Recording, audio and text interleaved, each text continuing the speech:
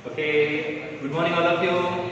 तो आज आया रिटर्न अपने टॉपिक पर ही अपन पढ़ रहे topic it's the basic terms of chemistry. पढ़ा इसमें एटॉमिक नंबर, पढ़ा इसमें एटॉमिक मास, देखा इसमें कि किस तरह से एटॉमिक मास क्या चीज है, देखा उसके बाद में एवरेज एटॉमिक मास। और जैसे बोला था कि नेक्स्ट इसमें मैं आपको बताऊंगा एक नई टर्म जिसका नेम है, तो अपनी जो नेक्स्ट टर्म है it's molar mass. Molar mass और बहुत सारे नेम है इसके लिए, मॉलिक्यूलर मास, मॉलिक्यूलर मास, इसी को बोला जाता है मॉलिक्यूलर वेट, इसी को बोला जाता है molecular weight and so on. Molar mass, molecular mass, molecular weight, क्या है ये टर्म, क्या अंडरस्टैंड करते हैं इसमें देखेंगे आज। तो आज अपना बड़ा ही इंटरेस्टिंग पॉइंट है आज का, मोलर मास, मॉलिक्यूलर मास। यहां से आइडिया क्लियर हो रही होगी मॉलिक्यूलर मास यानी क्या है। तो मॉलिक्यूलर मास ये जो है पर्टिकुलरली मॉलिक्यूल से आ गया। पहले मॉलिक्यूल क्या है, तो मॉलिक्यूल ये एटम जब कंबाइन हो रहे हैं तो तब बन रहा है मॉलिक्यूल, ठीक है। एटम जब कंबाइन हो रहे हैं तो बन रहा है मॉलिक्यूल।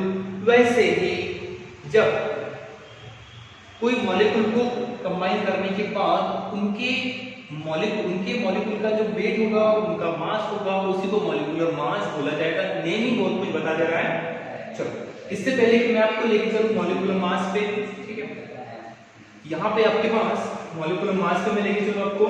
इससे पहले मैं आपको एक सिंपल सा पॉइंट बताऊं। तो इससे पहले कि मैं आपको बताऊं मॉलिक्यूलर मास क्या चीज है, पहले अपने पास कुछ एटम है, उनका अपन देखेंगे एटॉमिक मास क्या है ना। जैसे कि मैंने आपको बोला था ऑक्सीजन है, इनका एटॉमिक मास, एटॉमिक नंबर कितना था 8, एटॉमिक मास कितना था 16, तो इनका एटॉमिक मास हो गया 16। जैसे कि मैं आपको बोला था सोडियम के लिए, तो सोडियम का एटॉमिक मास था 23, है ना। लाइक सल्फर का एटॉमिक मास था 32, लाइक कैल्शियम एटॉमिक मास था 40, तो ये एटॉमिक मास था, ठीक है। अब हमें चेक करना है मॉलिक्यूलर मास। तो देखो मॉलिक्यूलर मास क्या है, molar mass it's a sum of atom और उनका mass, atomic mass, sum of atomic mass of molecule. Molecule की साइड में जितने भी एटम्स हैं उनका मास का सम कर दो तो बन जाएगा मोलर मास, बन जाएगा मॉलिक्यूलर मास, बन जाएगा मॉलिक्यूलर वेट। तो आपके पास एग्जांपल ले लेते हैं। फॉर एग्जांपल पानी ले लो ना, पानी का मोलर मास कितना बनेगा, चलो कैलकुलेट करेंगे। वाटर, इसमें क्या क्या प्रेजेंट है, इसमें प्रेजेंट है हाइड्रोजन, कितने हाइड्रोजन 2 हाइड्रोजन प्लस ऑक्सीजन 16, कितना हो गया 18। यूनिट क्या लगाएंगे, ग्राम मोल इनवर्स। तो वाटर का मॉलिक्यूलर मास हो जाएगा 18। अब देखते हैं next example. For example ammonia, ammonia NH3 इसका फॉर्मूला रहेगा। क्या आप कैलकुलेट कर पाओगे अमोनिया का मोलर मास कितना है? मेरे कैलकुलेट करने से पहले आपका आंसर बन जाना चाहिए, जो कि है हाइड्रोजन कितने इसमें 3 हाइड्रोजन, 1 हाइड्रोजन का 1, 3 हाइड्रोजन का 3, प्लस नाइट्रोजन का मोल एटॉमिक मास कितना होता है, ये अगर मुझे पता है तो मेरा आंसर बन जाएगा। क्योंकि नाइट्रोजन का एटॉमिक नंबर 7 है, बट एटॉमिक मास सर आपने बताया नहीं, ये अपना ऑलरेडी हो चुका है, इसका है 14, तो ये हो जाएगा total 70 gram mole inverse. For example मुझे जाना है क्लोरीन गैस की तरफ, क्लोरीन गैस तो क्लोरीन जो है, क्लोरीन का कितना होता है, क्लोरीन का एटॉमिक मास कितना होता है? तो क्लोरीन के 2 एटॉम्स है 37 एंड 35। उनका नेचुरल अबंडेंस देखा था और कैलकुलेट किया था उनका एवरेज एटॉमिक मास। अगर एवरेज एटॉमिक मास कैलकुलेट किया था तो देन हमें मिल जाएगा यहाँ पर क्लोरीन का एवरेज एटॉमिक मास था 35.5 और ऐसे 2 क्लोरीन है and therefore the answer is going to be 71 gram mole inverse. तो क्लोरीन हो जाएगा 71 gram mole inverse. Next example HCl। चलिए HCl पे चेक करते हैं। अब मैं आपको वो एग्जांपल दे रहा हूं कि ऐसे बेसिक एग्जांपल है कि ये आपको जब भी कभी आप फिजिकल केमिस्ट्री में प्रॉब्लम सॉल्व करोगे तो इनकी नीड आपको रहेगी ही रहेगी। सॉल्यूशन वाला लेसन हो जाए, मोल कांसेप्ट हो जाए, तो यहाँ पर आपको उसकी नीड रहेगी ही। और यहाँ से एक चीज आपको रिमेंबर रखें कि मैं आगे प्रोसीड हो रहा हूँ एक कांसेप्ट की तरफ। मैं आपको एक कांसेप्ट पढ़ाना चाह रहा हूँ और उसके लिए आपको नीडेड है ये सब बेसिक टर्म्स। कांसेप्ट कौन सा है? It's a mole concept, one of the most important concept. It's a mole concept. जैसे बताया था, जब सिलेबस बता दिया दैट टाइम बताया था कि मोल कांसेप्ट मोस्ट इंपॉर्टेंट है। तो मोल कांसेप्ट का एक छोटा सा मैं आपको बेसिक आइडिया दूंगा और टोटल फिजिकल केमिस्ट्री में तो मोल कांसेप्ट चलता रहेगा। वो अपन नेक्स्ट क्लास में, नेक्स्ट वीडियोस में अपन वही देखने वाले हैं। बट उससे पहले देखेंगे HCl का मोलर मास अभी कितना हो जाएगा, हाइड्रोजन का 1 एंड क्लोरीन का 35.5, दैट गोइंग टू बी 36.5। तो ये हो गया HCl का मोलर मास, निकाल लिया आपने 36.5।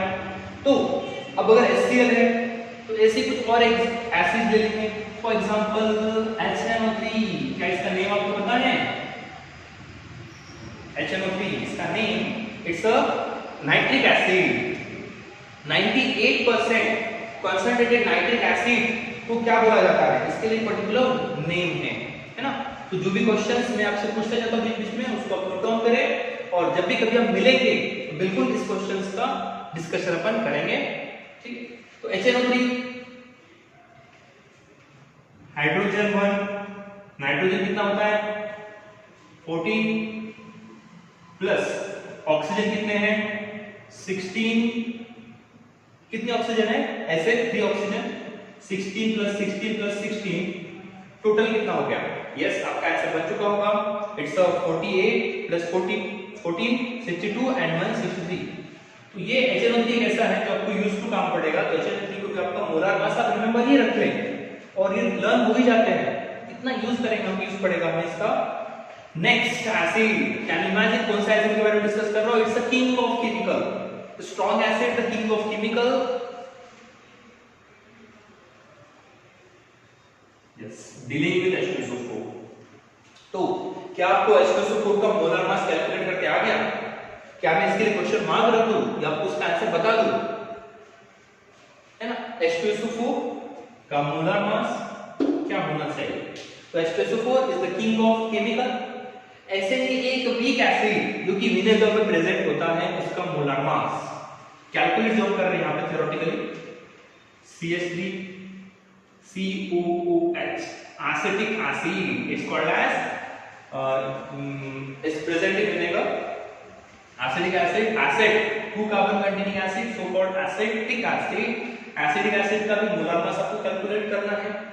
ओके, तो ये कुछ एग्जांपल है जिनका मोलर मास आपको अंडरस्टैंड, आपको लर्न ही रहना चाहिए, आपको पता ही होना चाहिए और बहुत फास्ट आपको कैलकुलेट करते भी आ जाना चाहिए तो भी चल जाएगा। इसमें नेक्स्ट इंपॉर्टेंट मेंबर एक ऐसा मेंबर जो कि first organic compound which is prepared in lab is, first organic compound जो प्रिपेयर किया था लैब में, it's urea, NH2CONH2। Molar mass of this compound है ना, ये ऐसे कंपाउंड जिनका आपको मोलर मास आपको कैलकुलेट करना है, बनाना है अपना आंसर। तो ये कुछ कंपाउंड है जो मुझे, जिनका आपको एग्जाम आपको लर्न ही रहना चाहिए, आपको पता ही रहना चाहिए इनका मोलर मास कितना है। इसमें एक और एग्जांपल है AgCl। सर हमको तो, हमें तो Ag का पता नहीं है, तो Ag का जो मोलर मास है मैं बता देता हूं।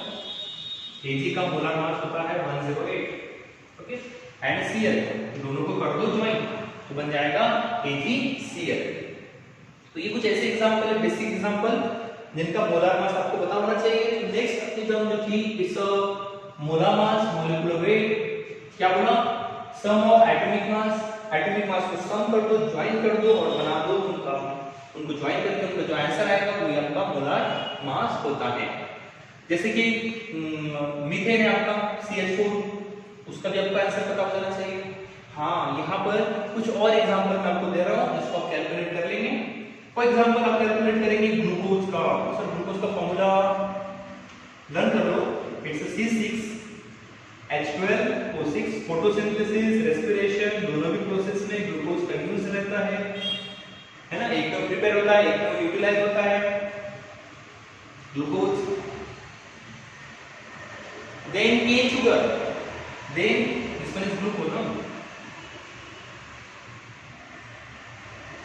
एंड देन केन शुगर बनती है इन दोनों को ज्वाइन करके एंड देन उसमें से वाटर मॉलिक्यूल रिमूव करके, इन दोनों को ज्वाइन करके C12H22O11 इनको ज्वाइन किया, इसमें से वाटर मॉलिक्यूल रिमूव किया तो बन गया आपका it's a sugar cane disaccharides. Biomolecules में इसकी टोटल आपको आइडिया आ जाती है। तो ये आपके पास था मोलार मास। नेक्स्ट आपका टर्म जो मैंने आपको यहाँ पे बताया, और होप कि आपको ये कैलकुलेट करके आ रहा है। अगर आपको ये कैलकुलेट करके आ रहा है दैट मींस आपने अंडरस्टैंड कर लिया मोलार मास। चलेंगे नेक्स्ट टर्म की तरफ। क्या है टर्म, चलो आज बता दो। नेक्स्ट टर्म आपके लिए है इट्स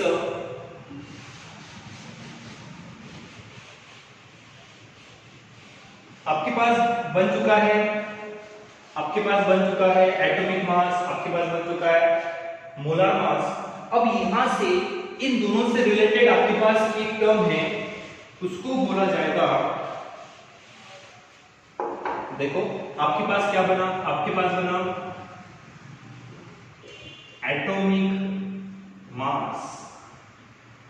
ठीक है, आपके पास बना एटॉमिक मास, आपके पास बना मोलार मास। ये दोनों टर्म आपने देख ली। एटॉमिक मास क्या किया इसमें देखा सम ऑफ प्रोटॉन प्लस न्यूट्रॉन, तो उनका बन गया एटॉमिक मास। ठीक है, मोलार मास में क्या किया, मोलार मास में sum of atomic masses in a molecule, sum of atomic mass in a molecule, तो यहां से मोलार मास बन गया आपका। अब यहां पे देखो क्या है, इससे रिलेटेड एटॉमिक मास से रिलेटेड आपके पास एक टर्म है, it's called as gram atomic mass. Short में क्या बोला जाएगा, gram atomic mass, GAM। It's a gram atomic mass. तो ये आपके पास नेक्स्ट टर्म है ग्राम एटॉमिक मास। वैसे ही आपके पास मोलार मास के लिए भी टर्म होगी, फिर क्या होगी वो टर्म, उसका शॉर्ट फॉर्म क्या होगा, समझ गया। मोलार मास का जो टर्म होगी रिलेटेड उससे, it's a gram molar mass. तो ग्राम मोलार मास जिसको बोला जाएगा GMM। ठीक है, तो एक है GAM, दूसरा है GMM। अब सर ये क्या चीजें हैं बताता हूं। देखिए पहले तो मुझे बताएं सोडियम का मोलार मास कितना है, सोडियम का सॉरी एटॉमिक मास कितना है। सोडियम का एटॉमिक मास है 23 ग्राम मोलिकुलर। जब मैं सोडियम को 23 ग्राम लूंगा, 23 ग्राम ऑफ सोडियम,